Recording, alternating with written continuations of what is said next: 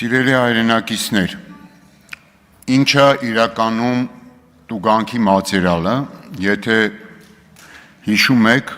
այդ մասին խոսել այս իշխանությունը, երբ որ եկավ իշխանության, ուրեմն իմ խորին համոզմամբ եւ ցանկացած կարծում եմ ողջամիտ ելույթության դեպքում այս նախագիծը Հայաստանի Հանրապետության քաղաքացուն, հատկապես Երևան քաղաքի բնակիչներին տուգանքի մատերիալ նշանակելու մասին է։ Կարող է այդպես լիներ այս փաթեթը եւ գոնե ճիշտ կլներ, որովհետեւ իրականում հետեւյալն է։ Թուղթն ու գրիչ իրանց ձեռքն է, գիտեք, սիրելի երևանցիներ, միասին ենք պայքարել, բերեցին ասին 100 դրամը, իդեպ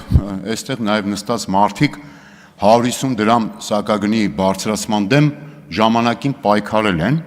ես հիշում եմ։ Եվ 100 դրամը դարձրին 150 դրամ, ասին մենք ենք որոշում, լավ ենք անում, 100 դրամը կդառնա 150 դրամ, հետո էլ ասեցին, տեսեք ինչքան լավ է, քաղաքացիները ուրախ զվարթ վճարում են։ Բայց պարզվում այդպես չի, 100 դրամը ոնց որ ավելի շատ գումար էին հավաքում, քան 150 դրամով։ Հիմա էլ ասում են, մենք պետք է տուգանենք, զնության ներկայացնենք, հələ որ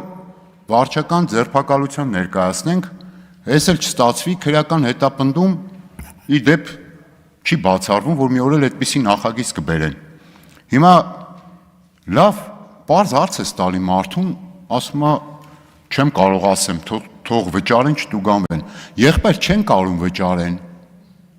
75,000 դրամ է ստանում աշխատող աղքատը, աշխատում է։ Հիմա ասում ես 15,000 տուգանեմ, 20%-ն է իր աշխատավարձի։ Հիմա այդ խնդիրը հեշտ ձեզ վերաբերելի չի։ Բա հիմի ասինքն որ տուգանում ես այդ մարդուն, 5 անգամ տուգանես ամսվա մեջ, ինչ տանի տուն։ Բա հարց է, չէ, այսինքն ձեզ դա էլ չէ պետք է հետաքրքրի։ Հիմա հեսա ավարտում եմ։ Եվ ամենակարևոր խնդիրը, իրականում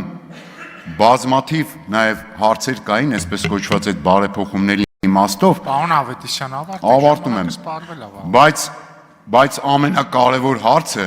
ի վերջո ձեր հռչակած Հայաստանի Հանրապետության քաղաքացին էր, որ դուք պետք է ծառայեիք իրան, ոչ թե իրան ծառայեցնեք ձեզ եւ անվերջ դեպի ձեզ։